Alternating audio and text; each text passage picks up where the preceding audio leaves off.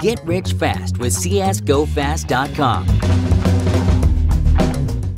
All right, ESL Pro League Season 5 semifinals are here, and we managed to catch up with Stewie, who obviously you kind of have a day off, so you came here to do some press and stuff like that. And obviously, I wanted to talk to you about maybe your past couple of months and the struggles that you've had at the tournaments you've attended. Basically, every time aside from CS Summit, where you had swag and managed to have a promising result, to say the least. So, talk to me about that. What do you think are the biggest issues that the team is facing right now? Right now, I think our biggest issues are just like a lack of motivation. Not, it's kind of easy to say from outside the game that, why aren't you motivated? You're playing video game for a living.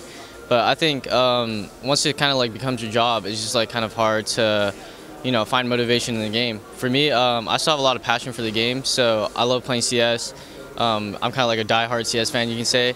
But for people like Jordan or Mike or Tyler or anyone who needs like free time off CS just to get themselves motivated again, it's kind of hard to find that.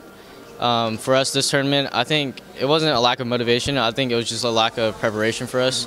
But losing these lands definitely helped us for the minor. So I think that's like a more important land. I'm not saying we take these lands for granted, but we definitely need to learn from our mistakes and come back stronger for the minor. And this time we actually need to back our word up.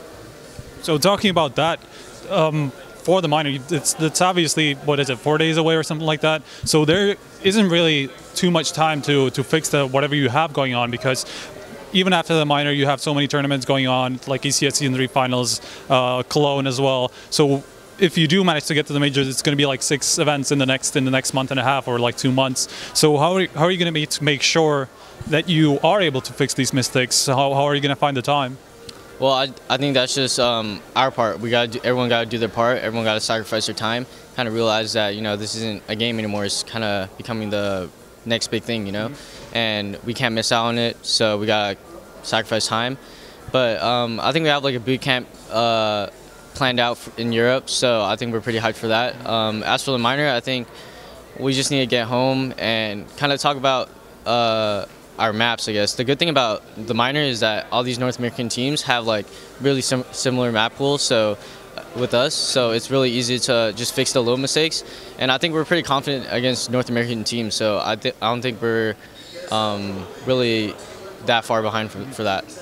Now, talking about the maps, here you were really only able to win Inferno against G2. That was a really one-sided result. And I wonder why that was, considering how many problems you had in the other games, barely making past like 10 rounds or something. Usually it was fairly one-sided. So why do you think you were able to win in such a big matter on Inferno against a team like G2 while not being able to in the other maps? We kind of have like a weird synergy in our team. One day we'll come out swinging. The next day we'll come out, it's like we just woke up. But I think that's like another big problem for us. We need to come out with more hype. I like to take SK Immortals as an example, because every time they win a round, whether they're down 10-0 or up 10-0, they're always hype.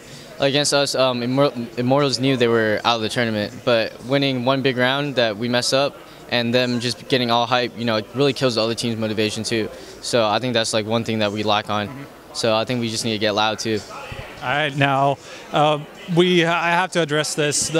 What Shroud said on his stream a couple of weeks back, I think it was, which is that he is kind of aiming to retire by next year, I think he said. So this kind of puts you in a peculiar situation. So can you tell me something about that, whether you talked about it or anything? We definitely talked about it. It was kind of like a misunderstanding, I guess you can say. He said that eventually he's going to retire, but there's no time slot on it. So he could retire tomorrow or 3 years.